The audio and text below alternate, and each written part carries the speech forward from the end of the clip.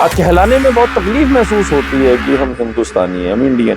किसी को ये होता है कि हम तमिल पहले हैं और इंडियन बाद में हैं, किसी को होता हम बंगला पहले हैं और इंडियन बाद में। जब पीओके बनने वाला था, अलग हो जाने वाला था, इंडिया के कब्जे में आ जाना था, बलोचिस्तान जो है वो स्टेट अलग हो जानी थी। कह देना इतना आसान होता है पर करना बहुत मुश्किल होता है। क्योंकि हिंदुस्तान पाकिस्तान के सैन्य अधिकारियों ने, राजनेताओं ने मिलकर जो फैसला लिया है, मैं उसका स्वागत करता हूं और उसका सम्मान करता हूं।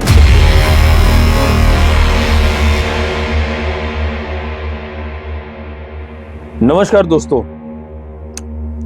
एक बात जो बहुत जरूरी है, पता सबको है पर करता कोई नहीं है।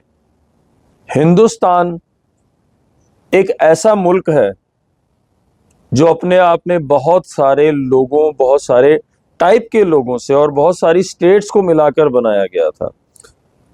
जो यूनिटी इन डाइवर्सिटी की बात कही जाती है, उसे कहना बहुत आसान है,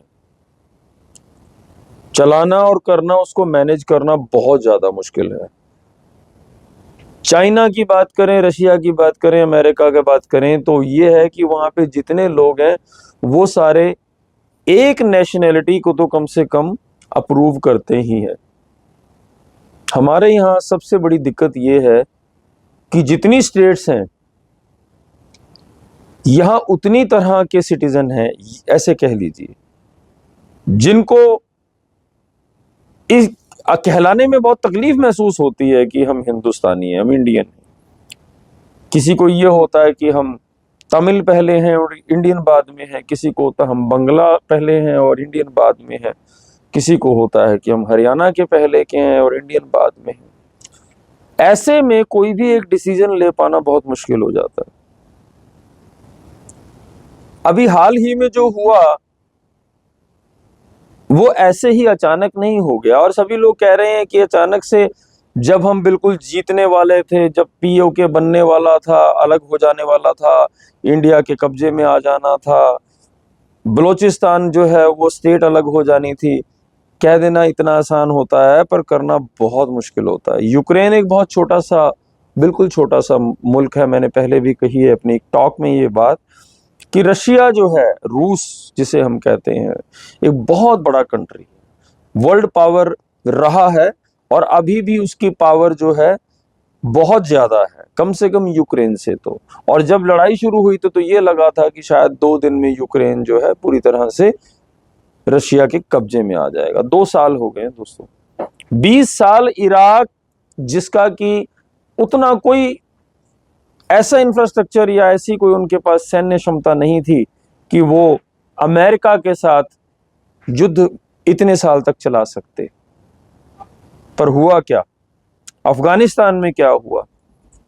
पूरे 20 साल के बाद अमेरिका को वहां से थक हार कर वापस जाना पड़ा।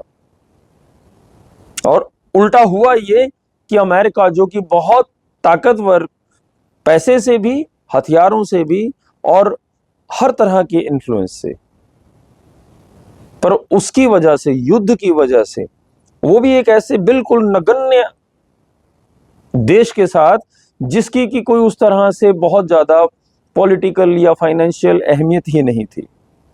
अफगानिस्तान में कोई वैसा इंफ्रास्ट्रक्चर नहीं था, पर 20 साल लग गए। तो कह देना बहुत आसान होता है। जो भी हिंदुस्तान पाकिस्तान के सैन्य अधिकारियों ने, राजनेताओं ने मिलकर जो फैसला लिया है, मैं उसका स्वागत करता हूं और उसका सम्मान करता हूं, सबसे बड़ी बात। और इसमें कोई ऐसी बात मुझे नजर नहीं आती है कि अमेरिका के दबाव में हुआ है या किसी के भी दबाव में हुआ है। थोड़ी दिन और युद्ध चलता और चाइना उधर से अगर अटैक कर देता या बीच में कूद जाता, तब हिंदुस्तान की हालत जो है खराब हो जानी थी और नुकसान हमेशा की तरह सिर्फ आम लोगों का होना था।